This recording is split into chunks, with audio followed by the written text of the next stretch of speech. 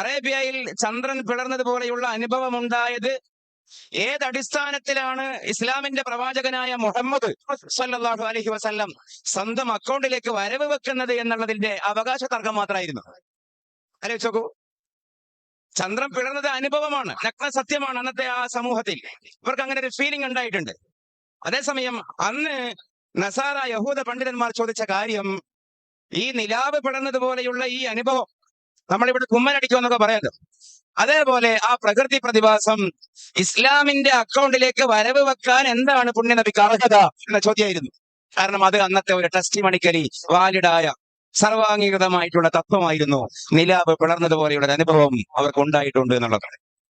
മറിച്ച് നമ്മുടെ കാലത്തേക്ക് വരുമ്പോ ഇന്നും ഈ നൂറ്റാണ്ടിലും പ്രസക്തമായിട്ടുള്ള വിശുദ്ധ ഖുർആന്റെ കാര്യങ്ങൾ ഇപ്പൊ നോക്കൂ. ഈജിപ്തിലെ ഒരു ഉദാഹരണം. ഈജിപ്തിലുള്ള നമുക്കൊക്കെ അറിയാം, ഇന്ന് ഈജിപ്തൊക്കെ നിരന്തരം ആളുകൾ ടൂർ പോകുന്ന ഒരു പ്രദേശമാണ്. അവിടെയുള്ള പിരമിഡുകൾ, ആ പിരമിഡിനകത്ത് BC കാലഘട്ടങ്ങളിലൊക്കെ, BC 2300-400 അതായത് ഈസാ അലൈഹി ഇസ്ലാമിന്റെ 2500 കൊല്ലങ്ങൾക്ക് മുമ്പൊക്കെ വരെ ജീവിച്ചിരുന്ന ഈജിപ്തിലെ ചക്രവർത്തിമാർ ഉപയോഗിച്ചിരുന്ന അവരുടെ ആഭരണങ്ങൾ, അവരുടെ വസ്ത്രങ്ങൾ, അവരെ സംബന്ധിക്കുന്ന താളിയോല രേഖകൾ, അതൊക്കെയാണ് അവരുടെ ഡെഡ് ബോഡികൾ, മമ്മികൾ, അതൊക്കെയാണ് ഇതിന്റെ അകത്തുണ്ടാവുക. ഏതായാലും നമുക്കറിയാവുന്ന ചരിത്രപ്രകാരം ഈജിപ്തിലേക്ക് സഞ്ചരിച്ചിട്ടില്ല മുഹമ്മദ് റസൂലുള്ളാഹി സ്വല്ലല്ലാഹു അലൈഹി വസല്ലം. വിശുദ്ധ ഖുർആനിലുണ്ട് ഈജിപ്തിലെ ചക്രവർത്തിമാരുടെ ഒരു വംശാവലിയാണ് ഫിറഔൻ ചക്രവർത്തിമാർ, അല്ലെങ്കിൽ ഫറവമാർ, റംസീസ്മാർ.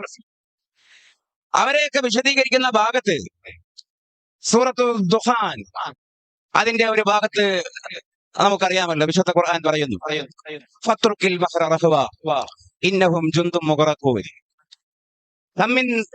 കം തറകൂ മിൻ ജന്നാതിൻ വഉയൂൻ വസുറൂഇൻ വമഖാമിൻ കരീം വനഅമത്തിൻ കാനൂ ഫീഹാ ഫാഖിഹീൻ കദാലിക വഔറസ്നാഹാ ഖൗമൻ ആഖരീൻ ഫമാ ബഖസ് അലൈഹിമുസ് സമാഉ വൽ അർദ് ഫമാ കാനൂ മുൻദരീൻ. ആലോചിക്കുമ്പോൾ അതിൽ പ്രത്യേകിച്ച് എന്തേയുള്ളത്? അതിൽ ഫിർഔൻ, നാം പറയുന്ന കലീമുല്ലാഹി മൂസ അലൈഹിസ്സലാമിന്റെ പ്രതിയോഗിയായ ഫിർഔൻ, റംസീസ് II എന്ന ചരിത്രത്തിൽ പറയുന്ന ഓസിമാൻഡിയോസ്, ആ ഫിർഔൻ തകർന്നതിനെ കുറിച്ചുള്ള ഒരു പരാമർശമാണത്. കം തറകൂ മിൻ ജന്നാതിൻ വഉയൂൻ. ഞാനതിന്റെ മാന പറയുന്നതിന് ഇവിടെ പ്രസക്തിയില്ലല്ലോ. വസുറൂഇൻ വമഖാമിൻ കരീം വനഅമത്തിൻ കാനൂ ഫീഹാ ഫാഖിഹീൻ. എന്നിട്ട് അവര് മുഴുവൻ തകർന്നു പോയി. ശേഷം വകദാലിക ഔറസ്നാഹാ ഖൗമൻ ആഖരീൻ. അതിനുശേഷം പറയുകയാണ് ഫമാ ബഖസ് അലൈഹിമുസ് സമാ. ഈ ഫിർഔനും സംഘവും തകർന്നതിനെ ചൊല്ലി അവർ അവരുടെ ശിക്ഷ ഏറ്റുവാങ്ങി നാമാവശേഷമായതിനെ ചൊല്ലി ആകാശം കരഞ്ഞില്ല, വൽ അർളു, ഭൂമിയും കരഞ്ഞില്ല, ഫമാ കാനൂ മുൻദരീൻ, അവർക്ക് അവധി നൽകപ്പെട്ടില്ല ഒരഭിപ്രായ പ്രകാരം, അല്ലെങ്കിൽ അവരെ ആരും കാത്തിരുന്നുമില്ല എന്ന് വിശുദ്ധ ഖുർആൻ. പിന്നീട് ഇടയ്ക്കിടെ ഈജിപ്തിലെ പിരമിഡ് ഇങ്ങനെ തകരും, കാലപ്പഴക്കം കൊണ്ട് ദ്രവിച്ച് നുരുമ്പി ഇതിങ്ങനെ തകരും. അത് തകരുമ്പോ അതിന്റെ ഉള്ളിൽ നിന്നും പഴയ കാലത്തുള്ള ഈ താളിയോല രേഖകളൊക്കെ പുറത്തു വരും. അപ്പൊ ആ കാലഘട്ടത്തിലുള്ള ഈജിപ്തിന്റെ ഭാഷ, അല്ലെങ്കിൽ ഇന്നത്തെ പേരിൽ ഹീറോഗ്ലിഫ്സ് എന്ന് പറയുന്ന പ്രത്യേക ലിപികൾ, ഓരോരോ ചിഹ്നങ്ങളാണ് ഉണ്ടാവുക. അതിലെന്താണ് എഴുതിയിരിക്കുന്നത് എന്ന് ഇന്നത്തെ ഇംഗ്ലീഷിലേക്കൊക്കെ മാറ്റുന്ന ആർക്കിയോളജിക്കൽ പ്രോസസ്സുകൾ ലോകത്ത് വളരെ സജീവമായി നടക്കുന്നുണ്ട്. ആ കൂട്ടത്തിൽ ഞാൻ വെറുതെ നേരം കളയുകയല്ല. ഉദ്ദേശം 2017 തകർന്ന ഒരു പിരമിഡ്, ആ പിരമിഡിനകത്തുള്ള ഒരു ബോക്സിൽ നിന്ന് കണ്ടെത്തപ്പെട്ട താളിയോലകൾ വായിക്കപ്പെട്ടു. ആ താളിയോലയിൽ എഴുതി വച്ചിരിക്കുന്നത് ഈജിപ്തിലെ ചക്രവർത്തിമാർ, ഫറവോന്മാർ, ആ ഫിറഔന്മാർ, അവർ ഏറ്റവും വലിയ ആ കാലഘട്ടത്തിലെ ഭൗതികവാദികളാണ്, ആ കാലഘട്ടത്തിലെ നിരീശ്വരവാദികളാണ്. അന റബ്ബുക്കുമുൽ അഅ്ല എന്ന് പറഞ്ഞാൽ അദ്ദേഹം ഒരു ദൈവവാദിയായത് കൊണ്ടല്ല. മൂസ അലൈഹിസ്സലാം പറയുന്ന കാണാത്ത അഭൗതികനായ മെറ്റാഫിസിക്കലായ ദൈവം എന്തിനാണ് ഇവിടെ കാണുന്ന ഞാൻ ഭൗതികനായ ദൈവം ഉള്ളപ്പോ എന്ന അന്നത്തെ ഒരു മാർക്സിയൻ കമ്മ്യൂണിസ്റ്റ് ദർശനമാണ് ഫിർഔൻ മുന്നോട്ട് വെച്ചത്. ആ ഫിർഔൻ പരമ്പരയുടെ ആ രാജാക്കന്മാരുടെ കൊട്ടാരത്തിൽ കൊട്ടാര വിദൂഷകന്മാരുണ്ടാകും, പണ്ഡിതന്മാരുണ്ടാകും, ഗായകന്മാരുണ്ടാകും, പാട്ടുപാടുന്ന ആളുകൾ, മുഖസ്തുതി പറയുന്ന ആളുകളുണ്ടാകും. അപ്പൊ ആ മുഖസ്തുതിയുടെ കൂട്ടത്തിലുള്ള ചില മുഖസ്തുതിയാണ് ഈ താളിയോലയിലുള്ളത്. ഹീറോഗ്ലിഫ്സ് ഇംഗ്ലീഷിലേക്ക് വായിക്കപ്പെട്ടപ്പോ അതിലെന്തേ പറയുന്നത്? താങ്കളൊക്കെ എത്ര വലിയ ആളാണ്. ആ സെന്റൻസ് തന്നെ ഇതാണ്: താങ്കളൊക്കെ മരിച്ചാൽ the sky will weep for thee, ആകാശം താങ്കൾക്ക് വേണ്ടി കരയും. The earth will tremble for thee. ഭൂമി താങ്കൾക്ക് വേണ്ടി വിറക്കും. The most awaited. മറ്റുള്ളവരാൽ ഏറ്റവും കാത്തിരിക്കപ്പെടുന്നവനെ. ഇത് ഓരോരുത്തരുടെ ട്രാൻസ്ലേഷനുകളിൽ നേരിയ വ്യത്യാസം ഉണ്ടാകും.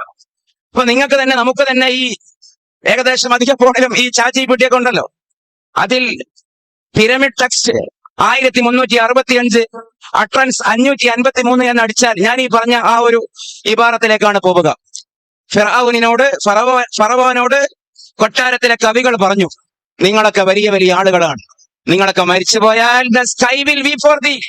ആകാശം താങ്കൾക്ക് വേണ്ടി കരയും. The earth will tremble for thee. ഭൂമി താങ്കൾക്ക് വേണ്ടി വറക്കും, കരഞ്ഞ് വറക്കും. വമാ കാനൂ മുൻദരീൻ. അതാണ് ഈ പറയുന്നത്, the most awaited. ഇതൊന്നും അറിയാതെയാണ് മക്കയിലേക്ക് ആമിന ബീവിയുടെ മുത്തുമോനായ മുഹമ്മദ് റസൂലുള്ളാഹി സ്വല്ലല്ലാഹു അലൈഹി വസല്ലം വരുന്നത്. ഈജിപ്തിൽ പോയിട്ടില്ല. ഇത് 2020 അടുത്ത സമയത്ത് മാത്രമാണ് ഇത് വായിക്കപ്പെട്ടത്. ഞാൻ ഈ പറഞ്ഞ ഈ ശ്ലോകം വായിക്കപ്പെട്ടത്. അപ്പോ അന്നത്തെ ഫറവോനോട്, ഫിർഔന്മാരോട് ആ കാലഘട്ടത്തിലുള്ള കൊട്ടാരത്തിലെ കവികൾ മുഖസ്തുതിയുടെ ഭാഗമായി പട്ടും പവിഴവും പാലടയും പാരിതോഷികമായി കൊണ്ടുപോവുക എന്ന ഉദ്ദേശത്തോടെ മുഖസ്തുതി പാടിയ ഭാഗം എന്തായിരുന്നു? നിങ്ങളൊക്കെ മരിച്ചാൽ ഇങ്ങനെയൊക്കെ സംഭവിക്കുന്നതാണ്. ഇത് കാലേ കൂട്ടി അവിടെ സംഭവിച്ച ആ കാര്യത്തെ അതറിയാത്ത പുണ്യ നബിക്ക് വഹിയായിട്ട് അള്ളാഹു അറിയിച്ചു കൊടുക്കുകയായിരുന്നു. കാലം കുറെ ഇപ്പുറത്തെത്തിയപ്പോ ആ താടിയോല ഇംഗ്ലീഷിലേക്ക് ട്രാൻസ്ലേഷൻ ചെയ്യപ്പെട്ടപ്പോ ലോകം അത് വായിച്ചു. ഖുർആൻ പറഞ്ഞത് അതേപടി വായിച്ചു. താളിയോലയിൽ പറയുന്നു, the sky will weep for thee. ആകാശം താങ്കൾക്ക് വേണ്ടി കരയും. ഖുർആനാണ് വാസ്തവത്തിൽ സാറ്ററൊക്കെ തുടങ്ങിയത്, ആക്ഷേപഹാസ്യം. ഖുർആൻ പരിഹസിക്കുന്നു. ഫമാ ബക്കത് അലൈഹിമുസ് സമാ. ആകാശം കരയുന്നല്ലേ കവി പറഞ്ഞത്. പക്ഷേ മുഹമ്മദേ പറ സ്വല്ലല്ലാഹു അലൈഹി വസല്ലം, ആകാശം കരഞ്ഞില്ല കേട്ടോ. The earth will tremble for thee. ഭൂമി വർക്കുന്നല്ലേ പറഞ്ഞത്. പക്ഷേ നബിയെ പറ വൽ അർളു, ഭൂമി അറിഞ്ഞതേ ഇല്ല അങ്ങനെ ഒരാൾ തീർന്നു പോയത്. ഇദ്ദേഹം അള്ളാഹുവിനോട് അല്ലെങ്കിൽ കാലാന്തര ശേഷം തിരിച്ചു വരുമെന്നല്ലേ ഈജിപ്ഷ്യരുടെ വിശ്വാസം, ഫിർഔന്റെ അനുയായികളുടെ വിശ്വാസം. അതുകൊണ്ടാണ് അവർ ബോക്സിലാക്കി വെക്കുന്നത് തന്നെ. പക്ഷേ ഫമാ കാനൂ മുൻദരീൻ, അദ്ദേഹം കാത്തിരിക്കപ്പെട്ടില്ല എന്ന് പറഞ്ഞാൽ ഈച്ചയും പൂച്ചയും പോലും അവരെ പ്രതീക്ഷിച്ച് ജീവിതം നിശ്ചലമാക്കിയില്ല എന്ന് പരിശുദ്ധ ഖുർആൻ. ഞാനൊരു ചെറിയ ഭാഗം ഉദാഹരിച്ചത് 2025 ഖുർആൻ എങ്ങനെയാണ് ഒരു സംവാദാത്മകത ബാക്കി വെക്കുന്നത് എന്ന് പറയാനാണ്. ഈ സമയത്തും ഇതൊരിക്കലും ഒരു പരമത വിദ്വേഷമല്ല. ഇത് ബൈബിളിന്റെ പുതിയ നിയമത്തിന് ഈ സംവാദാത്മകത നാം സംസാരിക്കുന്ന കാലത്തില്ല. അത് വെറുതെയല്ല മൻസൂഖായത്. ഇഞ്ചിയിൽ തന്നെയാണെങ്കിൽ കൂടിയും തൗറാത്തിലും അല്ലെങ്കിൽ പഴയ ടെസ്റ്റിമണി, ഓൾഡ് ടെസ്റ്റിമണി ആണെങ്കിലും ന്യൂ ടെസ്റ്റ്, ഏത് വേദാണെങ്കിലും ഏത് ആചാര്യ മതങ്ങൾ മുന്നോട്ട് വെക്കുന്ന വേദസംഹിതകളാണെങ്കിലും നാം സംസാരിക്കുന്ന ഈ കൃത്രിമ നിർമ്മിത ബുദ്ധിയുടെ കാലത്ത് അത് വിവരവും വിദ്യാഭ്യാസവും ഉള്ളവന്റെ മുമ്പിൽ ആ വേദങ്ങളൊന്നും ഒരംശം ഒരു ഡയലോഗ് അബിലിറ്റി ബാക്കി വെക്കുന്നില്ല. അതേസമയം വിശുദ്ധ ഖുർആൻ ഒറ്റ ഉദാഹരണം മാത്രമല്ല, ഒരുപാട് ഉദാഹരണങ്ങൾ. ഇപ്പൊ ലോകം ഏറ്റവും ചർച്ച ചെയ്യുന്ന കാര്യം ഏതാ? ജെൻഡർ പൊളിറ്റിക്സിനെ കുറിച്ച്. ഞാൻ ആ ഭാഗത്തേക്ക് പോവല്ല, ഒരു ഉദാഹരണം പറയാൻ വേണ്ടി ആ ഭാഗത്തേക്ക് സൂചിപ്പിച്ചു എന്ന് മാത്രം. ആണും പെണ്ണും അല്ലാത്ത വേറെ കാറ്റഗറി ഉണ്ടെന്നുള്ള വലിയ ചർച്ച. അപ്പൊ സ്വാഭാവികമായി അതിന്റെ ബയോളജിക്കലായ വശങ്ങൾ സയൻസിന്റെ ലോകത്ത് വലിയ ചർച്ച വരും. അപ്പൊ എങ്ങനെയാണ് ഒരു വ്യക്തി ആണാവുന്നത്, എങ്ങനെയാണ് ഒരു വ്യക്തി പെണ്ണാവുന്നത്? വിശുദ്ധ ഖുർആനിൽ ഇജാസിന്റെ വലിയൊരു മേഖല തന്നെയാണല്ലോ അൽ-ഇജാസുർ-റഖമി, സംഖ്യാശാസ്ത്രപരമായിട്ടുള്ള വിശുദ്ധ ഖുർആന്റെ അത്ഭുതം. ആ ഭാഗം പരാമർശിക്കുന്ന ആധുനിക തഫ്സീറുകൾ മുഴുവൻ പറയുന്ന ഒരു ഭാഗമുണ്ട്. ഏകദേശം എല്ലാ അതിനെക്കുറിച്ചുള്ള വിശദീകരണങ്ങളിലും കൊണ്ടുവരുന്ന നൂറുകണക്കിന് സംഖ്യാശാസ്ത്രപരമായിട്ടുള്ള മുഅ്ജിസത്തിന്റെ ഭാഗമായി പറയുന്ന ഒരു കാര്യം, ഖുർആനിൽ ആണെന്നും പെണ്ണെന്നും 23 വീതം തവണയാണുള്ളത് എന്ന്. അതിലെന്ത് ഇത്ര വലിയ അത്ഭുതം? ഈ ജെൻഡർ പൊളിറ്റിക്സിന്റെ അല്ലെങ്കിൽ ജെൻഡർ ഓറിയന്റേഷൻ സയൻസ് ചർച്ച ചെയ്യുന്ന ഒരു കാലത്ത് ജന്മനാ തന്നെ ആണും പെണ്ണും ആവുകയാണോ? ഇനി അതല്ല, ആണും പെണ്ണും എന്നുള്ളത് മൂത്രമൊഴിക്കുന്ന അവയവം നോക്കിയിട്ട് തീരുമാനിക്കാൻ പാടില്ല. 10-18 വയസ്സായിട്ട് വ്യക്തിക്ക് സ്വയം തിരഞ്ഞെടുക്കേണ്ട ഒരു കാര്യമാണോ അല്ലേ എന്നൊക്കെയുള്ള ചർച്ചയിൽ എങ്ങനെയാണ് ആണും പെണ്ണും ഉണ്ടാകുന്നത്, സ്ത്രീ പുരുഷന്മാരുണ്ടാകുന്നത്, രൂപപ്പെടുന്നത് എന്നുള്ള ചർച്ചയിൽ ഏവർക്കും അറിയുന്ന കാര്യമല്ലേ. മനുഷ്യന്റെ കോശങ്ങളാണ് 3.5 കോടി കോശങ്ങൾ. അതിനകത്ത് ഒരു കോശത്തിനകത്ത് 46 ക്രോമസോമുകൾ. അവിടെയാണ് അത്ഭുതം. XY, ഞാൻ ആ ഭാഗത്തേക്ക് പോവല്ല. ആണിന്റേത് പെണ്ണിന്റേത് 23 ഈച്ച്. 46 ക്രോമസോം ഗ്രൂപ്പുകൾ എടുത്തു നോക്കിയാൽ 23 പെണ്ണിന്റേതും 23 ആണിന്റേതുമാണ്. ഇത് ഇന്ന് നാം സംസാരിക്കുന്ന കാലത്തുള്ള ഒരു ചർച്ചയാണത്. 23 അനുപാതം 23 ആകെ 46. ഈ 46-നേക്കാളും വ്യത്യാസം വരുമ്പോഴാണ് നാം പറയുന്ന ഇന്റർസെക്സ് സ്വഭാവങ്ങളൊക്കെ ഉണ്ടാകുന്നത്. പക്ഷെ വിശുദ്ധ ഖുർആൻ പറഞ്ഞു ആണിനെ കുറിച്ച് 23 വട്ടം, പെണ്ണിനെ കുറിച്ച് 23 വട്ടം. അപ്പൊ അതൊക്കെ യാദൃശികമായി സംഭവിക്കുന്നതല്ലേ എന്ന് നമ്മളോട് ചോദിച്ചാൽ നമ്മളോടല്ല ചോദിക്കേണ്ടത്. വിശുദ്ധ ഖുർആന്റെ സംഖ്യാശാസ്ത്രപരമായ അത്ഭുതം കണ്ടുകൊണ്ട് ഇസ്ലാമിലേക്ക് വന്ന സയന്റിസ്റ്റുകാരുണ്ട്. ഡോക്ടർ ജെഫ്രി ലങ്, വേറെയും കുറെ ആൾക്കാരുണ്ട്. അവരൊക്കെ ഈ സംഖ്യാശാസ്ത്രപരമായ അത്ഭുതം കണ്ടുകൊണ്ടാണ് ഇസ്ലാമിന്റെ അകത്തേക്ക് വന്നത്. ഡോക്ടർ മില്ലർ, ഇവരുടെ പുസ്തകങ്ങളുണ്ട്. അപ്പോ നമുക്കിതിനെ കുറിച്ച് ആത്മവിശ്വാസം ഉണ്ടാവുക എന്നുള്ളത് പരമപ്രധാനപ്പെട്ടതാണ്. അവരങ്ങനെയൊക്കെ ആരോപണങ്ങൾ ഉന്നയിക്കുന്നുണ്ടല്ലോ, അപ്പൊ അതിലൊക്കെ ഒരു കഴമ്പുണ്ടാകുമോ? ഈ കാലഘട്ടത്തിലും ഈ ഖുർആനുമായി സമൂഹത്തോട് സംസാരിക്കാൻ, അല്ലെങ്കിൽ ഈ വിശുദ്ധ ഇസ്ലാമും മുൻനിർത്തിക്കൊണ്ട് സംസാരിക്കാൻ പറ്റുമോ? ഇത് ഖുർആൻ മാത്രമല്ല, ഹദീസിന്റെ ലോകത്തേക്ക് പോയാൽ അതിനേക്കാളും നാം അത്ഭുതപ്പെട്ടു പോകും. പല പല ഹദീസുകളും. ഇപ്പോ ഏറ്റവും കൂടുതൽ ചർച്ചയാകുന്ന ഒരു ഏരിയ അന്ത്യനാളുമായി ബന്ധപ്പെട്ട, കാലാവസാനവുമായി ബന്ധപ്പെട്ട വിഷയങ്ങളാണ്. ഈ ഭൂമി തീരുവോ, ലോകം തീരുവോ? എസ്കറ്റോളജി എന്ന് പറയുന്ന ഒരു പ്രത്യേക ബ്രാഞ്ച് ഓഫ് നോളജ് തന്നെ, ഒരു വൈജ്ഞാനിക ശാഖ തന്നെ അക്കാദമികമായി രൂപപ്പെട്ടിരിക്കുന്നു. അന്ത്യനാൾ, പരലോക സംബന്ധമായ ശാസ്ത്രം. ആലോചിച്ച് നോക്കൂ, 2 മാസം മുമ്പാണ് നാം വലിയ യുദ്ധ വാർത്തകൾ കൗതുകത്തോടെ, ബേജാറോടെ, വെപ്രാളത്തോടെ വായിച്ചത്, കണ്ടത്.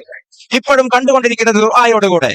ഇസ്രായേലിന്റെ നരാധമം, ഇസ്രായേലിന്റെ കൊടും ക്രൂരകൃത്യങ്ങൾ, മിഡിൽ ഈസ്റ്റിനെ കേന്ദ്രീകരിച്ചുകൊണ്ട് നിരന്തരം യുദ്ധങ്ങൾ. ഒന്ന് ആലോചിച്ച് നോക്കൂ, ഇറാൻ യുദ്ധം, സിറിയ യുദ്ധം, യമൻ യുദ്ധം, ഇസ്രായേൽ യുദ്ധം, ജോർദാൻ ഇതിന്റെ ഭാഗമാകുന്നു, മിഡിൽ ഈസ്റ്റ് മുഴുവനും അതിന്റെ ഭാഗമാകുന്നു.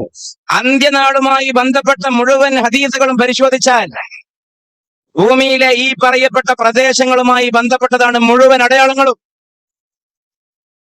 1400 കൊല്ലം മുമ്പ് ഈ ലോകത്തിന് അവസാനമുണ്ട്, ഭൂമിക്ക് അന്ത്യമുണ്ട് എന്ന് പറഞ്ഞ പുണ്യ നബി അന്ത്യനാളിന്റെ അടയാളങ്ങളായി പറഞ്ഞ സംഭവങ്ങൾ ഓരോന്നോരോന്ന് പരിശോധിച്ചാൽ അമേരിക്കയിൽ നിന്നൊരു അടയാളം, റഷ്യയിൽ നിന്നൊരു അടയാളം, യൂറോപ്യൻ രാജ്യങ്ങളിൽ നിന്ന് വലിയ വലിയ ദൃഷ്ടാന്തങ്ങൾ, അതൊന്നും പറഞ്ഞിട്ടില്ല. മുഴുവനും ദാബത്തുൽ അർദിന്റെ വരവ്, മഹദി ഇമാമിന്റെ വരവ്, ഈസാ അലൈഹി ഇസ്ലാമിന്റെ അവരോഹണം, ദജ്ജാലിന്റെ വരവ്, ദജ്ജാലിനെ കൊല്ലുന്ന സംഭവം, പിന്നെ അഗ്നി പുറപ്പെടുക, മഹ്ശറിൽ ഒരു ടൈം സോണിൽ ആളുകൾ ഒരുമിച്ച് കൂട്ടപ്പെടുക, മുഴുവൻ പരിശോധിച്ചാൽ ദജ്ജാലിനെ കൊല്ലുന്ന സംഗതി മുതൽ ഈസ അലൈഹി ഇസ്ലാമിന്റെ ഹർമജദൂൻ യുദ്ധം, അൽ മൽഹമത്തുൽ കുബ്ര, മുഴുവൻ പരിശോധിച്ചാലും അത് മിഡിൽ ഈസ്റ്റ് ആണെന്ന് മനസ്സിലാക്കാൻ പറ്റും. ഞാൻ ഈ സംഭവത്തിനെ പറഞ്ഞറിയോ?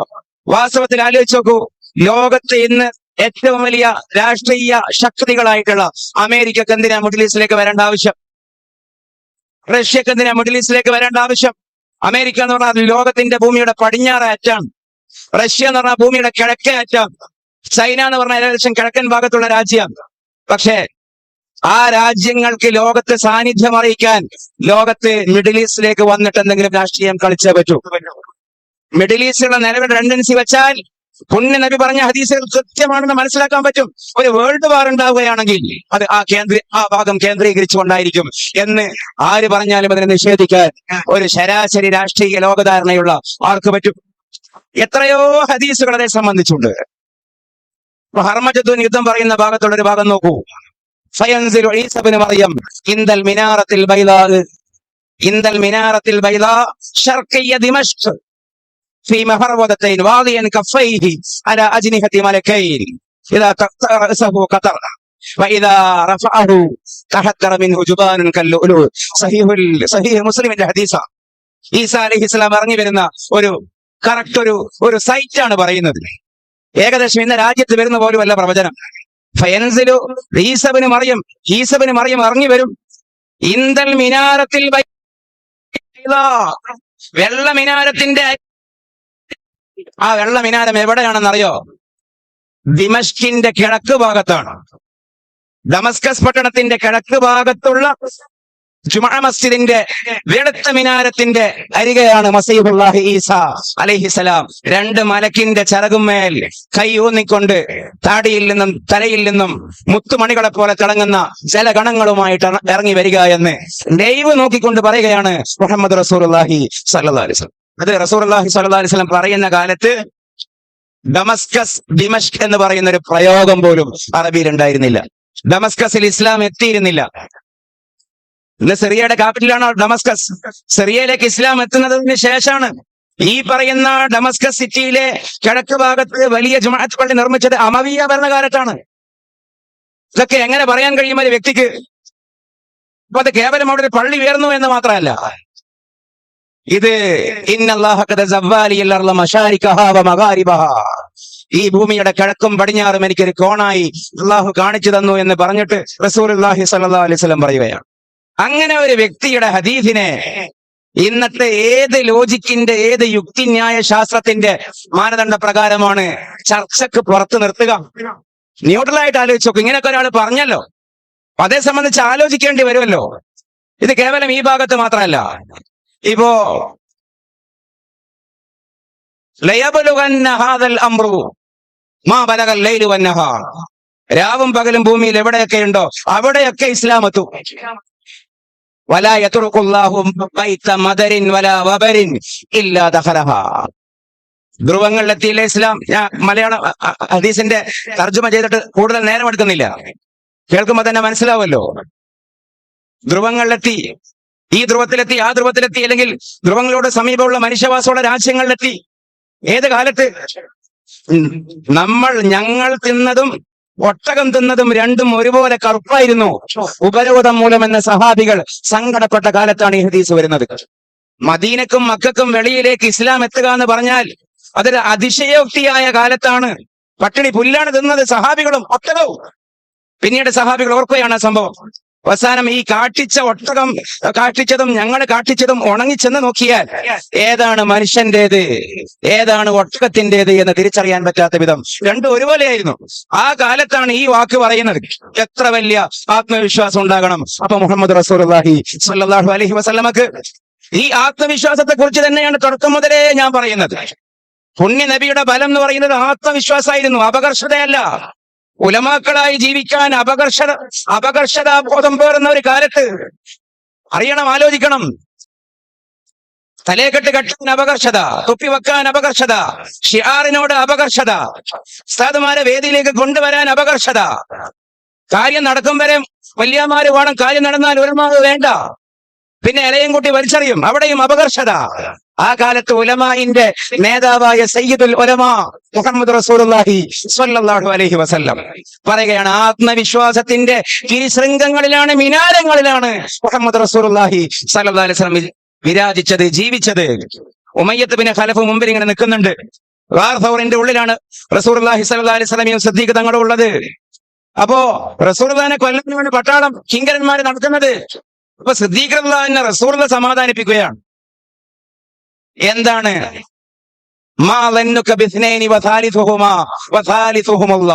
അതാണ് ചോദ്യം.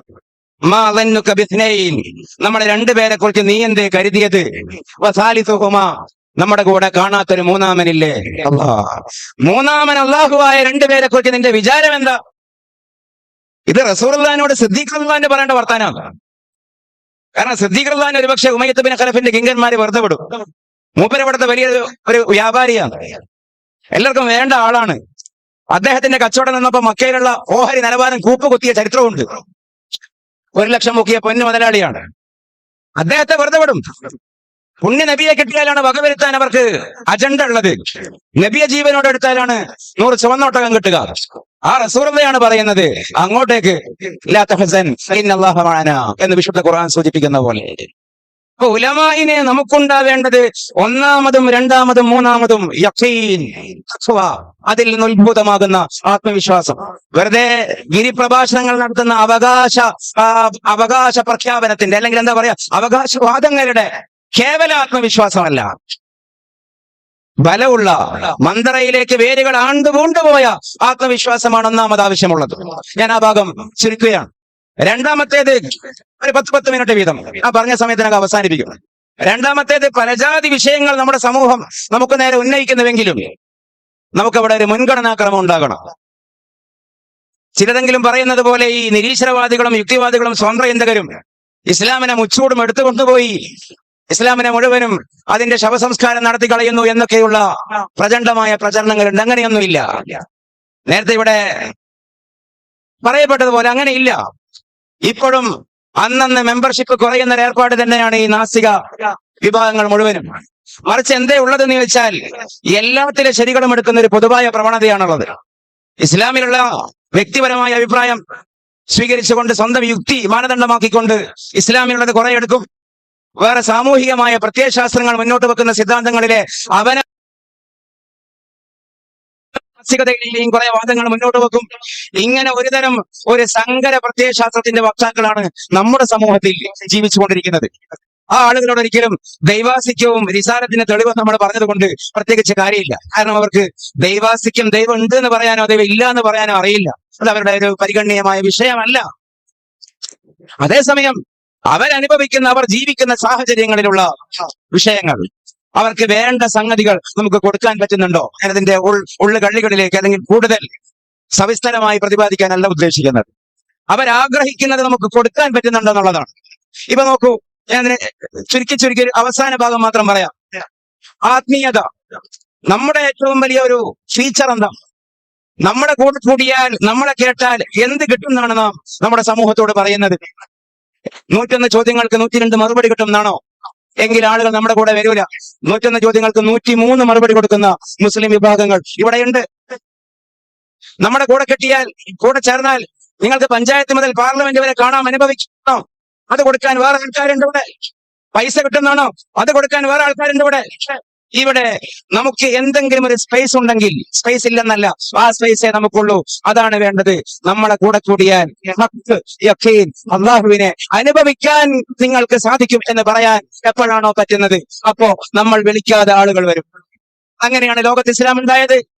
അങ്ങനെ ഉണ്ടാവുള്ളൂ. ഇപ്പൊ നോക്കൂ, മലബാറിൽ മലപ്പുറം മുതൽ കണ്ണൂർ വരെ പരിശോധിച്ചാൽ ഏറ്റവും കൂടുതൽ സ്പ്രെഡ് ആകുന്ന കാര്യം എന്താ? ഏറ്റവും കൂടുതൽ സ്പ്രെഡ് ആകുന്നത് മുസ്ലിം വ്യക്തികൾക്കിടയിൽ, യുവാക്കൾക്കിടയിൽ, യുവതികൾക്കിടയിൽ, വിദ്യാന്മാർക്കിടയിൽ നിരീശ്വരവാദമല്ല, സ്വതന്ത്ര ചിന്തയല്ല, വ്യാജ ത്വരീഖത്തുകളാണ്. നിങ്ങൾ സ്വതന്ത്രമായി അന്വേഷിച്ച് നോക്കൂ. വ്യാജ ത്വരീഖത്തുകൾ, ബലമില്ലാത്ത ത്വരീഖത്തുകൾ, ആ ത്വരീഖത്തിന്റെ ആധുനിക വേർഷനുകളാണ് വരുന്നത്.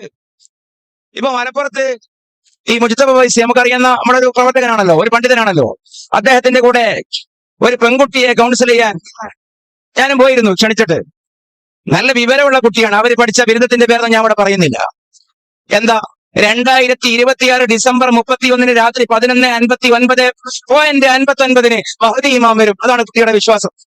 2026 ഡിസംബർ 31 രാത്രി, അതായത് 2027 സ്റ്റാർട്ട് ചെയ്യുന്നതിന് തൊട്ട് മുമ്പ് മക്കയിൽ ഇമാം മഹദി പ്രത്യക്ഷപ്പെടും. മഹദി ത്വരീഖത്താണ്. അതേ വാദം കണ്ണൂർ ജില്ലയിൽ കുറെ ഭാഗത്തുണ്ട്. ആർക്കിടയിൽ? നമ്മുടെ കുട്ടികൾക്കിടയിൽ. ജാപത്തെ 2-3 ഇടണ്ടല്ലോ. നമുക്കിടയിൽ, വ്യക്തിപരമായി നമുക്കിടയിൽ, എന്റെ മനസ്സിൽ, നമ്മുടെ മനസ്സിൽ, മറ്റൊന്ന് നമ്മുടെ ആശ്രിതർക്കിടയിൽ. പിന്നെയാണ് പുറത്തേക്ക് പോകേണ്ടത്. ഈ മഹദി ത്വരീഖത്ത് രൂക്ഷമായിട്ടാണ് ആളുകൾ അതിലേക്ക് ക്യാൻവാസ് ചെയ്ത് കൊണ്ടുപോകുന്നത്. അവർക്കെന്തേ അതിൽ നിന്ന് അനുഭവിക്കുവാൻ കഴിയുന്നത്? ഈ അദ്ദേഹത്തിന്റെ പേര് ഒരുപക്ഷെ ഇവിടെ കൂടിയ പലരും ബാക്കിയാത്ത സ്വാലിഹാത്തിൽ നിന്ന് ഔദ്യോഗികമായ നോട്ടിഫിക്കേഷൻ വരെ വന്നു. ഒരു ബാക്കവിയാണ് കേരളത്തിൽ അതിന്റെ വലിയൊരു പ്രചാരകൻ. ആ ബാക്കവിയുമായി ബാക്കിയാത്തിന് ബന്ധമില്ല. ഇന്ന് ലണ്ടനിൽ, പാകിസ്ഥാനിൽ മണ്ഡലമായി ജീവിക്കുന്ന യൂനിസ് അൽഗോഹർ ഷാ, അദ്ദേഹമാണ് അതിന്റെ വലിയൊരു പ്രചാരകൻ.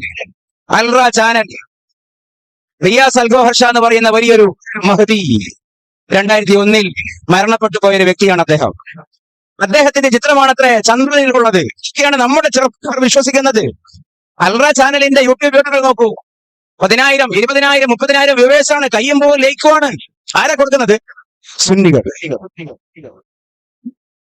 മത പരിസരത്ത് നിന്ന് അതിലേക്ക് ആകർഷകരായ ആളുകൾ. പറയുന്നതോ ഇസ്ലാമുമായി യാതൊരു ബന്ധവുമില്ലാത്ത കുഫ്ർ. ഈ റിയാസ് അൽഗോഹർ ഷാ എന്ന് പറയുന്ന വ്യക്തി, അദ്ദേഹം മതവിരുദ്ധനാണ്, മതവൃത്തി സംഭവിച്ച ആളാണ് എന്നുള്ള ഫത്വകൾ ധാരാളം, എത്രയോ മുസ്ലിം പണ്ഡിതന്മാർ അങ്ങനെ ഫത്വ കൊടുത്തിട്ടുണ്ട്.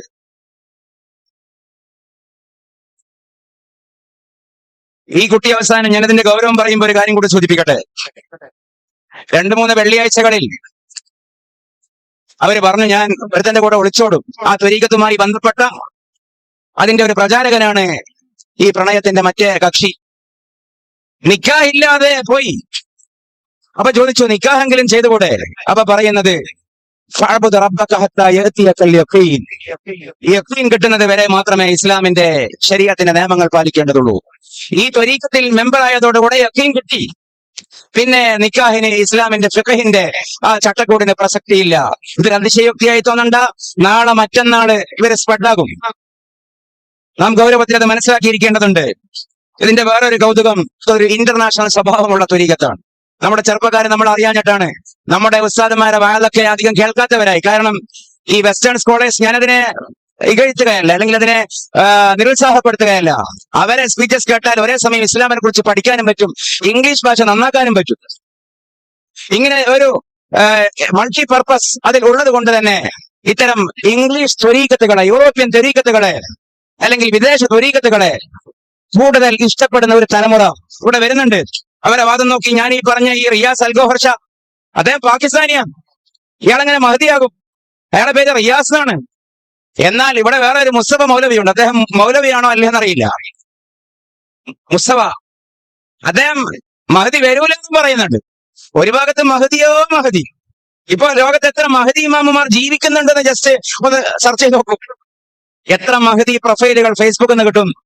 ഞാൻ പേര് പറയുന്നില്ല, കൊയിലാണ്ടിക്കടുത്തുണ്ടല്ലോ ഒരു മഹദി, ബാക്കി എന്തിനു പറയണം. ഇറാനിൽ എത്രയോ മഹദികൾ, വേറെ ഭാഗത്തും മഹദികൾ. ഏറ്റവും എളുപ്പത്തിൽ ലാഭം കിട്ടുന്ന വ്യവസായമായി മഹദി വ്യവസായം മാറി. ഒരു ഭാഗത്ത് അത്, മറ്റൊരു ഭാഗത്ത് എന്തേ, വേറൊരു ഭാഗത്ത് മഹദി ഇല്ല എന്ന് പറയുന്ന ക്യാമ്പയിൻ. പക്ഷെ മഹദി സത്യമാണ്. ശംസുൽ ഉലമയുടെ ഒരു തഹ്ഖീഖായി പറയലുണ്ടല്ലോ, നിഴലുണ്ടാകുമ്പോഴേ വെളിച്ചാകൂ. മഹദി ഇമാം വരും, സഹീഹായ ഹദീസാണ്. ഫലൗലം യബ്ഖാ ഫിദ്ദുനിയ ഇല്ലാ യൗമുൻ صوره الله ذلك اليوم حتى يبعث الله فيه رجلا من أهل بيتي اسمه اسمي واسم أبيه اسم أبي يملأ الأرض صدقا وعدلا كما ملئت ظلما وجورا. സ്വഹീഹായ ഹദീസാണ്. മഹദി ഇമാമിനെ കുറിച്ച് അതിനേക്കാളേറെ പറയാനില്ല. അന്ത്യനാളിന്റെ മുമ്പ് ഒരു ദിവസം മാത്രമാണ് ബാക്കിയെങ്കിലും മഹദി ഇമാം വന്നിരിക്കും. ആ മഹദി ഇമാമിന്റെ പേര് ഇസ്മു ഹുസ്മി, എന്റെ പേരാണ് അദ്ദേഹത്തിന്റെ പേര്. അദ്ദേഹത്തിന്റെ ബാപ്പാന്റെ പേരോ വസ്മു അബീഹി ഇസ്മു അബീ, അദ്ദേഹത്തിന്റെ പിതാവിന്റെ പേര് എന്റെ പിതാവിന്റെ പേരാണ്. അദ്ദേഹം വരിക തന്നെ ചെയ്യും. എന്നിട്ടോ യംലഉൽ അർള സിദ്ഖൻ വഅദ്ല, സത്യദീക്ഷയും നൈതികതയും കൊണ്ട് ഭൂമുഖം നിറയും, സമർത്ഥമാകും. കമാ മുലിഅസ്, ഭൂമി നിറഞ്ഞതുപോലെ. ളുൽമൻ വജൂറ, മഹദി വരുന്ന കാലത്ത് അക്രമവും അനീതിയായിരിക്കും മുഴുവനും. തീർച്ചയായും വരും. അദ്ദേഹത്തിന്റെ പേര് മുഹമ്മദ് എന്നായിരിക്കും. ഇദ്ദേഹം പാകിസ്ഥാനിയാണ്, ക്രിമിനൽ കേസാണ്, കൊലപാതകത്തിലെ പ്രതിയാണ്. ആ വ്യക്തിയാണ് നിലാവിൽ അടയാളമായി വരുന്നത് എന്ന് വിശ്വസിക്കുന്ന എഡ്യൂക്കേറ്റഡ് ആയ ആളുകൾ കേരളത്തിൽ, ലണ്ടനിൽ, ഭൂമിയിലും എന്ന് പറഞ്ഞാൽ അതിന്റെ അർത്ഥം എന്താ? അത്രയും ആളുകൾക്ക് ആത്മീക ദാഹമുണ്ട് എന്നാണ്. നമ്മൾ അവിടെയാണ്, നമ്മൾ ഇവിടെയാണ് നമ്മുടെ ഒരിടം കണ്ടെത്തേണ്ടത്. അവരെന്ത് അന്ധവിശ്വാസികളാണ് എന്ന് പറഞ്ഞിട്ട് നമ്മൾ പരിഹസിച്ചിരിക്കുകയല്ല. എന്തുകൊണ്ടാണ് ഈ അഭ്യസ്തവിദ്യരായ സമൂഹം ഇത്രയും വലിയ വിഡ്ഢിത്തത്തിന്റെ പിന്നാലെ പോകുന്നത്? എന്തുകൊണ്ടാ? ഒരു കമ്പനിയുടെ കഥയെങ്ങാനുമാണ് ഉള്ളതാണ്. ബ്രിട്ടീഷ് വെസ്റ്റേൺ കമ്പനിയാണ്. ഒരുപാട് സാധനങ്ങളുമായിട്ട് ഷൂ ആണ് ആഫ്രിക്കയിലേക്ക് വിട്ട ഒരു കാര്യം. അപ്പോ ഒരു ഉദ്യോഗസ്ഥൻ കമ്പനിയിലേക്ക് വിളിച്ചു പറഞ്ഞു, ഇങ്ങോട്ടേക്ക് ഇനി ഒരു സാധനം കൊണ്ടുവരണ്ട, കാരണം ഇവിടെ ആരും അത്തരത്തിൽ ഷൂവോ പാന്റോ ധരിക്കുന്നവരല്ല. വേറെയാൾ വിളിച്ചു പറഞ്ഞു, ഒരുപാട് ഷിപ്സ്, കപ്പലുകളിൽ ഇങ്ങോട്ടൊക്കെ പെട്ടെന്ന് ഇറക്കണം, ഇവിടെ ആ സാധനമേ ഇല്ല. നല്ല മാർക്കറ്റാണ്. അപ്പൊ ഈ ഒപ്റ്റിമിസവും പെസിമിസവും ഉണ്ടല്ലോ, നമ്മുടെ മാർക്കറ്റ് അവരെ പരിഹസിക്കുക എന്നുള്ളതല്ല. ഈ അഭ്യസ്ത വിദ്യരായ സമൂഹം ഇത്തരത്തിലുള്ള കപട ആത്മീകവാദികൾ പിന്നാലെ പോകുമ്പോ സത്യത്തിലുള്ള ആത്മീകത അവർക്ക് അനുഭവമാക്കുക എന്നുള്ളതിൽ നമ്മൾ എത്രത്തോളം വിജയിക്കുന്നുവോ അത്രത്തോളമാണ് പുതിയ സമൂഹത്തിന്റെ മുമ്പിൽ നമുക്ക് പ്രസക്തിയുള്ളത്. നമ്മൾ ഓൾറെഡി നമ്മുടെ കൂടെ ആയ ആളുകൾ നമ്മുടെ കൂടെ ഉണ്ടാകും. നേരത്തെ അത് പറഞ്ഞല്ലോ. പക്ഷേ നമ്മുടെ കൂടെ ഇല്ലാത്ത എത്ര ആളുകൾ നമ്മുടെ കൂടെ ഉണ്ട് എന്നുള്ളത് കണക്കാണ് പ്രസക്തം. അവിടെയാണ് ഇതിന് പ്രസക്തിയുള്ളത്. ഞാൻ നേരം പോകാതിരിക്കാനാണ്. ഇനിയും സംശയമുള്ള ആളുകൾ ഇതിൽ ലൈവൊക്കെ ഉണ്ടല്ലോ, ഹക്കെ ആവാസ്, അതിൽ റിയാസ് അൽഗോഹർ ഷാന്റെ പുസ്തകമാണ്. നോമ്പ്, നമസ്കാരം, സക്കാത്ത്, ഹജ്ജ് അതൊക്കെ ആരാധനകളാണെങ്കിലും അതിനായി അള്ളാഹുവിനെ ഹൃദയത്തിൽ ടിക് ടിക് എന്ന ദിക്ർ ചൊല്ലണം. ഞാൻ വിശദീകരിക്കുന്നില്ല, ഓരോന്ന് പറഞ്ഞാൽ വലിയ തമാശയായിരിക്കും. ആ കുട്ടിയൊക്കെ പറഞ്ഞത് നോമ്പും നിസ്കാരവും ആവശ്യമില്ല, അതൊക്കെ മണ്ടന്മാർ ചെയ്യുന്നതാണ് എന്ന് തുറന്ന് പ്രഖ്യാപിച്ചു. ഏതിലെന്നറിയോ? റൂഹാനി സഫർ. അള്ളാഹുവിലേക്ക് എത്തിപ്പെടുവാൻ, ദിവ്യാനുരാഗം അനുഭവിക്കുവാൻ കഞ്ചാവ് മുതലായ ലഹരി വസ്തുക്കൾ അനുഭവിക്കൽ അനുവദനീയമാണ്. യാദ്ഗാർ ലംഹാത്ത്, അതാണ് ഏറ്റവും മാരകമായിട്ടുള്ള ഒരു കാര്യം. സർവമത സത്യവാദം എന്ന് പറയും. ഏത് മതക്കാരാണെങ്കിലും, ഹിന്ദു ആണെങ്കിലും ക്രൈസ്തവനാണെങ്കിലും മുസ്ലിം ആണെങ്കിലും, സർവേശ്വരനായ പ്രപഞ്ച നിയന്താവിൽ വിശ്വാസമുണ്ടെങ്കിൽ ആ വ്യക്തി രക്ഷപ്പെടും. കലിമത്തു തൗഹീദ് നിർബന്ധമില്ല എന്നുള്ള ഏത് കാര്യം ലംഹാദ് ഏത് മതക്കാരനായാലും ഞാൻ ഓരോന്ന് പറയുന്നില്ല, അതിൽ പ്രസക്തി ഇല്ലല്ലോ, കാരണം അത് വായിച്ചാൽ തീരില്ല. ഇത്രയും ഇസ്ലാമിക വിരുദ്ധമായ കാര്യമാണ്. അദ്ദേഹം മുർത്തദ്ദാണെന്ന് പ്രഖ്യാപിച്ച ആളുകൾ മുഫ്തി വഖാറുദ്ദീൻ അൽ ഖാദിരി, മുഫ്തി സറാജുദ്ദീൻ അഹമ്മദ് സഈദി, മുഫ്തി ലിയാഖത്ത് അലി ഖാദിരി, മുഫ്തി അബ്ദുൽ ഹഫീൽ ഖാദിരി ബർക്കാത്തി, മുഫ്തി അത്താഉൽ മുസ്തഫ അളമി, പാകിസ്ഥാനി ഉത്തരേന്ത്യൻ സ്കോളേഴ്സ് ആണ് അധികവും. ബറാലവി, ദയൂബന്തി പണ്ഡിതന്മാർ ഇതിൽ ധാരാളം ഉണ്ട്. മുഫ്തി അബ്ദുൽ മുസ്തഫ നഈമി, ധാരാളം. ഞാൻ ആ ലിസ്റ്റ് കംപ്ലീറ്റ് ചെയ്യുന്നില്ല. ഇത്തരത്തിലുള്ള ഒരുപാട് ബാക്കിയാത്തിൽ നിന്ന് പോലും ഒടുവിൽ. അപ്പോ ഇത്തരത്തിലുള്ള ത്വരീഖത്തുകൾ ഒരു ഭാഗത്തുണ്ടാവുന്നു, അന്ധവിശ്വാസ ജടിലമായ ത്വരീഖത്ത്. അവിടെ ഞാൻ ദീർഘിപ്പിക്കുകയല്ല. ശംസുൽ ഉലമ ഏറ്റവും വലിയൊരു ജിഹാദ് ചെയ്തത് അദ്ദേഹം പുത്തൻവാദികൾക്കെതിരെ നടത്തിയിട്ടുണ്ട്, അതേപോലെ ക്രൈസ്തവ മിശ്രന്മാർക്കെതിരെ നടത്തിയിട്ടുണ്ട്. പക്ഷെ അതേ പ്രാധാന്യത്തോടെ അദ്ദേഹം ചെയ്ത മറ്റൊരു കാര്യമാണല്ലോ കള്ളത്വരീഖത്ത്. അപ്പൊ ആ ഒരു ടെൻഡൻസിക്കെതിരെ നാം ഒരേ സമയം അതിന്റെ കണ്ടന്റ് മനസ്സിലാക്കി അതിന്റെ അവാസ്തവങ്ങൾ മനസ്സിലാക്കുക എന്നതിന്റെ കൂടെ നമ്മുടെ കയ്യിൽ സാധനം ഉണ്ടാകണം, ബദൽ കൊടുക്കാൻ പറ്റണം. അങ്ങനെയല്ലേ കേരളത്തിൽ ഇസ്ലാം ഉണ്ടായത്? കേരളത്തിൽ ഏറ്റവും കൂടുതൽ പള്ളികൾക്ക് എന്തുകൊണ്ടാണ് മുഹിയുദ്ദീൻ ജുമാ മസ്ജിദ് എന്ന് പേരുണ്ടായത്? ഇവിടെ അറിവ് കൊണ്ടും വിദ്യാഭ്യാസം കൊണ്ടുമാണ് ഇസ്ലാം ഉണ്ടാക്കിയെന്ന് ആരെങ്കിലും പറയോ? കേരളത്തിൽ ഇന്നുള്ള ഗൾഫ് ബൂം വരുന്നതിന് മുമ്പുള്ള അടിസ്ഥാന പള്ളികൾ ആകെ പരിശോധിച്ച് നോക്കൂ. ജാമിയ മുഹിയുദ്ദീന, പുണ്യ നബിയുടെ പേരിലോ ഖുലഫാഉർ റാഷിദീങ്ങളുടെ പേരിലോ കേരളത്തിൽ എപ്പോഴാണ് പള്ളി വരാൻ തുടങ്ങിയത്? നാം ഗൾഫിൽ പോയി വന്നതിന് ശേഷമാണ്, അതും സ്വല്പം മാത്രം. അടിസ്ഥാനപരമായ അവിഭക്ത മഹല്ലുകളുടെ പള്ളികളുടെ പേരുകൾ കേരളത്തിൽ കൂടുതലും ജാമിയ മുഹിയുദ്ദീന. എന്തുകൊണ്ടെന്നാൽ ഇവിടത്തേക്ക് കടന്നു വന്ന ഹരിജനങ്ങളായ, ദളിതരായ, ദ്രവീഡിയനായ പാവപ്പെട്ട ഇവിടെയുള്ള ആളുകളെ ഇസ്ലാമിലേക്ക് ഉറപ്പിച്ചു നിർത്തിയത് ഒന്നാം ഘട്ടത്തിൽ അറിവിന്റെ ബലം കൊണ്ടല്ല, സ്നേഹത്തിന്റെയും ഇഷ്കിന്റെയും മഹബത്തിന്റെയും ബലം കൊണ്ടാണ്. യാ അയ്യുഹല്ലദീന ആമനു, വിശുദ്ധ ഖുർആന്റെ നമ്മോടുള്ള പ്രഖ്യാപനമാണ്. മയ്യർതദ്ദ മിൻകും അൻ ദീനിഹി, ഇതല്ലേ പ്രശ്നം? യാ അയ്യുഹന്നാസ് അല്ല, യാ അയ്യുഹല്ലദീന ആമനു. ആദ്യമേ നേരാക്കിയ സത്യവിശ്വാസികളെ, എക്സ് മുസ്ലിംസ് ഉണ്ടാകുന്നുള്ള കാര്യം ഉറപ്പാണ്. മയ്യർതദ്ദ മിൻകും അൻ ദീനിഹി, നിങ്ങൾക്ക് ഇസ്ലാം വേണ്ട എന്ന് തോന്നുകയാണെങ്കിൽ നിങ്ങൾ കേട്ടുകൊള്ളുക, അല്ലാഹുവിന് എന്ത് ഛേദം. ഫസൗഫ യഅതില്ലാഹു ബിഖൗമിൻ, അല്ലാഹു നിങ്ങൾക്ക് പകരം വേറെ ഒരു ജനവിഭാഗത്തെ കൊണ്ടുവരും. ആ ജനവിഭാഗത്തിന്റെ രണ്ട് ഫീച്ചേഴ്സ് എന്താണ്? രണ്ടവരുടെ പ്രത്യേകതകൾ. അവർക്ക് അല്ലാഹുവിനോടും ഇഷ്ടമാണ്, അല്ലാഹുവിനെ അവരോടും ഇഷ്ടമാണ്. അദില്ലത്തിൻ അലൽ മുഅ്മിനീന അഇസ്സത്തിൻ അലൽ കാഫിരീൻ യുജാഹിദൂന ഫീ സബീലില്ലാഹി. അവർ സത്യവിശ്വാസികൾക്കിടയിൽ വിനയാന്വിതരായിരിക്കും, ഇസ്ലാമിക വിരോധികൾക്കിടയിൽ അഭിമാന ബോധമുള്ളവരായിരിക്കും. അല്ലാഹുവിന്റെ മാർഗത്തിൽ അവർ അധ്വാനിക്കും, അത്യധ്വാനം ചെയ്യും. മാത്രവുമല്ല ലാ യഖാഫൂന ലൗമത ലായിം, ഏതെങ്കിലും സോഷ്യൽ മീഡിയ ആക്ഷേപങ്ങളെയോ തെറിവാക്കുകളെയോ കാലഹരണപ്പെട്ടവർ എന്ന് പറയുന്ന പഴികളെയോ അവർ മുഖവിലക്കെടുക്കില്ല. ദാലിക ഫദ്ലുല്ലാഹി യുതീഹി മൻ യശാ. ഈ സേനയിലേക്ക്, ആ വിഭാഗത്തിലേക്ക് ഏത് ആളുകൾക്കും സ്വയമേവ കയറി ചെല്ലാൻ പറ്റില്ല. അതിന്റെ മെമ്പർഷിപ്പ് ഉള്ളത് മിൻ ഇന്ദില്ലാ, അതിലേക്കുള്ള മെമ്പർഷിപ്പ് ക്യാമ്പയിൻ നടത്തുന്നത് അള്ളാഹു ഏറ്റെടുത്തിരിക്കുകയാണ്. അള്ളാഹു ആണ് അതിലേക്കുള്ള ആളുകളെ റിക്രൂട്ട് ചെയ്യുന്നത്. മിൻ ഫദ്ലില്ലാ, അള്ളാഹിന്റെ ഫദ്ലുള്ളവർക്കേ കിട്ടൂ. അപ്പോ അള്ളാഹുവിനെ സ്നേഹിക്കുകയും അള്ളാഹു സ്നേഹിക്കുകയും ചെയ്യുന്ന ജനവിഭാഗത്തിൽ പെടാൻ അതിന് അതിൻ്റെതായിട്ടുള്ള ഒരു മൻഹജ് ഉണ്ട്. ആരും എന്തും എവിടെയും ചെയ്തിട്ട് അതിലേക്ക് എത്തിപ്പെടുകയില്ല. അതിനാണ് ഒരേ സമയം വിശുദ്ധ ഖുർആനിനെ, പരിശുദ്ധ ഹദീസിനെ അതിൽ നിന്ന് നിർദ്ധാരണം ചെയ്തെടുത്ത അയിമ്മത്ത് പഠിപ്പിക്കുന്ന അഖായിദകളെ, പിന്നെ പരിശുദ്ധ ഇസ്ലാമിന്റെ ഫിഖഹിന്റെ വഴികളെ, അതിന്റെ മദ്ഹബുകളെ, ശേഷം പരിശുദ്ധ ഇസ്ലാമിനെ ഭൂമിയാകമാനം വ്യാപരിപ്പിച്ച അള്ളാഹുവിന്റെ ആരിഫീങ്ങളായ, ഔലിയാക്കളായ, സൂഫികളായ മഹാത്മാക്കളുടെ മൻഹജുകളെ സ്വീകരിച്ചുകൊണ്ട് അതിന് ഒറ്റപ്പേരുണ്ടാക്കിയത് മഹത്തായ സമസ്ത കേരള ജമിയത്തുൽ ഉലമ. അതിന്റെ കൂടെ നിൽക്കേണ്ടതിന്റെ ആവശ്യം അതാണ്.